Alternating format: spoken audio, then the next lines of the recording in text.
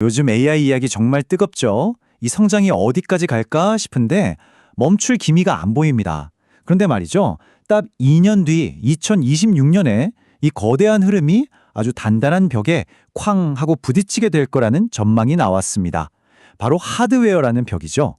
오늘은 삼성증권 보고서를 바탕으로 이 피할 수 없는 충돌이 과연 위기일지 아니면 우리에게 엄청난 기회를 가져다 줄지 한번 깊이 파헤쳐 보겠습니다. 본격적인 시작에 앞서서요. 오늘 내용은 정보 제공을 위한 참고 자료라는 점 먼저 말씀드립니다. 특정 종목을 추천하는 게 아니고요. 모든 투자의 최종 판단과 책임은 투자자 본인에게 있다는 점 꼭 기억해 주세요. 오늘 이야기는 이렇게 흘러갈 겁니다. 첫째, AI 수요가 정말 막을 수 없는 수준인지 짚어보고요. 둘째, 그 수요를 가로막는 거대한 하드웨어의 벽이 뭔지 살펴보겠습니다. 셋째, 바로 이 지점에서 어떻게 메모리 골드러시가 펼쳐지는지, 그리고 넷째, AI의 다음 단계인 로봇 시대는 어떻게 연결되는지 알아볼게요. 마지막으로 이 모든 걸 종합해서 투자자로서 우리는 어떤 관점을 가져야 할지 정리해드리겠습니다. 자, 그럼 첫 번째 질문부터 시작해볼까요? AI 수요, 과연 멈출 수 없는 힘일까요? 지금 이 열기가 그저 거품인지 아니면 진짜 배기 성장인지 한번 들여다보겠습니다. 와, 시작부터 숫자가 어마어마하죠. 134배. 이게 그냥 추측이 아니고요. 구글 클라우드에서 실제로 처리된 AI 작업량이 불과 1년 반 만에 늘어난 수치입니다. 우리가 그냥 막연하게 AI가 대세다라고 생각하는 것 이상으로 현실 세계에서 정말 폭발적으로 사용되고 있다는 가장 확실한 증거라고 할 수 있겠네요. 그럼 이 성장이 돈으로는 어떻게 연결되고 있을까요? 이 그래프를 보면 정말 놀라운데요. 바로 수익화 속도입니다. 사람의 일을 대신해주는 AI 서비스 기업들이 3천억 달러 매출을 찍는 데 걸린 시간이 단 20개월이에요. 과거의 시장을 주름잡던 소프트웨어 기업들보다 무려 5배나 빠른 속도입니다. 이건 돈을 버는 속도의 차원이 달라진 거죠. 이게 단순히 기업들만의 이야기도 아닙니다. 우리에게 익숙한 챗GPT가 8억 명 사용자를 모으는 데 걸린 시간은요, 인터넷이 보급되던 초기보다 4.5배나 빨랐다고 해요.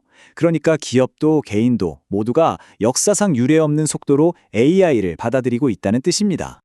네, 보셨다시피 AI 수요는 정말 거대한 파도처럼 밀려오고 있습니다.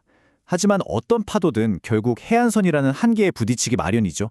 자, 이제 이 엄청난 수요가 마주하게 될 아주 단단한 물리적 한계, 바로 하드웨어의 벽에 대해 이야기해 보겠습니다. 이 표가 지금 상황의 핵심을 아주 명확하게 보여줍니다. 왼쪽은 수요, 오른쪽은 공급인데요. 오픈 AI가 계획 중인 스타게이트라는 프로젝트 하나만 해도 앞으로 4년간 36기가와트가 필요하대요. 그런데 오른쪽을 보세요. 전 세계 칩 생산의 심장부인 TSMC가 2027년까지 최첨단 패키징, 이 코어 OS로 감당할 수 있는 양이 고작 24기가와트라는 겁니다. 이게 무슨 뜻일까요? 맞습니다. 한 회사의 프로젝트 하나가 전 세계 공급량을 그냥 뛰어넘어 버리는 정말 믿기 힘든 상황이 눈앞에 펼쳐지고 있는 거죠. 상황이 이렇다 보니 현금이 산더미처럼 쌓여있다는 빅테크 기업들조차 AI 인프라를 더 빨리 더 많이 짓기 위해서 채권을 발행, 그러니까 빚을 내기 시작했습니다. 말 그대로 세상에서 가장 비싼 쇼핑에 너도 나도 뛰어든 셈입니다. 그런데 문제는 단순히 칩을 구하는 것에서 끝나지가 않아요. 그 칩을 돌릴 전력, 그리고 거기서 나오는 열을 식히는 게 훨씬 더 큰 문제입니다. 이 흐름을 보세요. 칩 하나가 쓰는 전력이 늘어나니까 칩을 꼽는 렉 전체의 전력 소모량은 폭발적으로 증가하고요. 결국 기존의 바람으로 식히는 방식으로는 이 열을 도저히 감당할 수 없게 되는 겁니다. 결국 이 뜨거운 열을 잡기 위해서 업계 전체가 거대한 기술 전환에 내몰리고 있습니다. 예전에는 일부 고성능 컴퓨터에나 쓰이던 액체 냉각 기술, 이게 이제는 AI 데이터 센터의 필수품이 되어가고 있는 거죠. 불과 2년 뒤인 2026년에는 데이터 센터 10곳 중 4곳이 이 기술을 쓸 거라고 하네요. 자, 이렇게 하드웨어의 한계라는 벽에 부딪히는 상황이 오히려 엄청난 기회를 만들어냅니다. 여기서 중요한 건 공급이 부족할 때 그 가치가 어디로 흘러가는지를 파악하는 거예요. 이 새로운 골드러시에서 과연 누가 삽을 팔게 될까요? 이 기회를 제대로 이해하려면 AI가 어떻게 생각하는지 그 과정을 살짝 들여다볼 필요가 있습니다. AI의 답변 과정은 크게 두 단계로 나뉘어요. 첫 번째 프리필 단계는 우리가 던진 질문 전체를 한 번에 파악하는 과정인데 이때는 아주 강력한 계산 능력이 필요하고요. 두 번째 디코드 단계는 그 질문에 대한 답을 단어 하나하나씩 만들어내는 과정인데 이때는 빠른 기억 장치, 즉 메모리의 역할이 절대적입니다. AI 칩의 제왕, 엔비디아의 계획을 보면 이 변화가 더 뚜렷하게 보입니다. 질문을 이해하는 그 첫 번째 단계, 프리필의 효율을 높이기 위해서요. 최고급 HBM 메모리만 고집하는 게 아니라 우리 스마트폰이나 그래픽카드에 들어가는 고성능 범용 메모리를 훨씬 더 많이 쓰도록 시스템 설계를 바꾸고 있다는 거죠.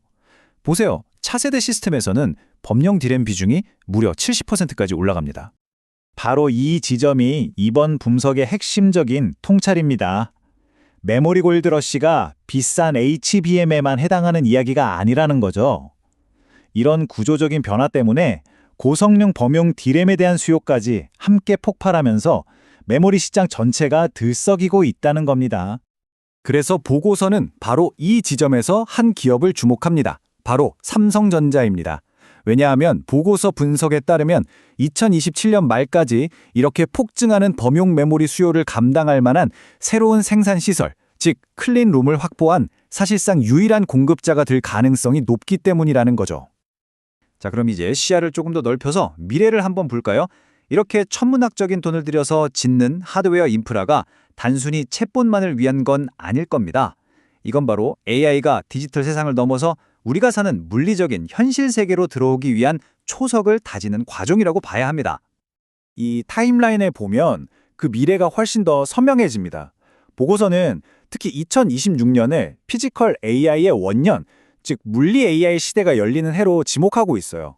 테슬라를 포함한 여러 기업들이 공상과학 영화에서나 보던 인간형 로봇의 대량 생산을 바로 이때 시작하기 때문이죠. 그렇다면 이런 로봇들이 돌아다니는 세상은 우리가 지금까지 이야기한 하드웨어 논의에 어떤 영향을 미칠까요? 과연 이 로봇들은 어느 정도의 컴퓨팅 파워를 필요로 하게 될까요? 일론 머스크가 직접 한 말을 들어보시죠. 테슬라의 로봇 옵티머스를 학습시키는 데 필요한 컴퓨팅 파워가 그동안 엄청난 자원이 들어갔던 자율주행차 개발에 무려 10배에 달할 거라고 합니다. 이건 뭘 의미할까요? 자율주행차가 만들어냈던 거대한 수요를 훌쩍 뛰어넘는 또 다른 차원의 기하급수적인 수요가 시작된다는 신호탄입니다.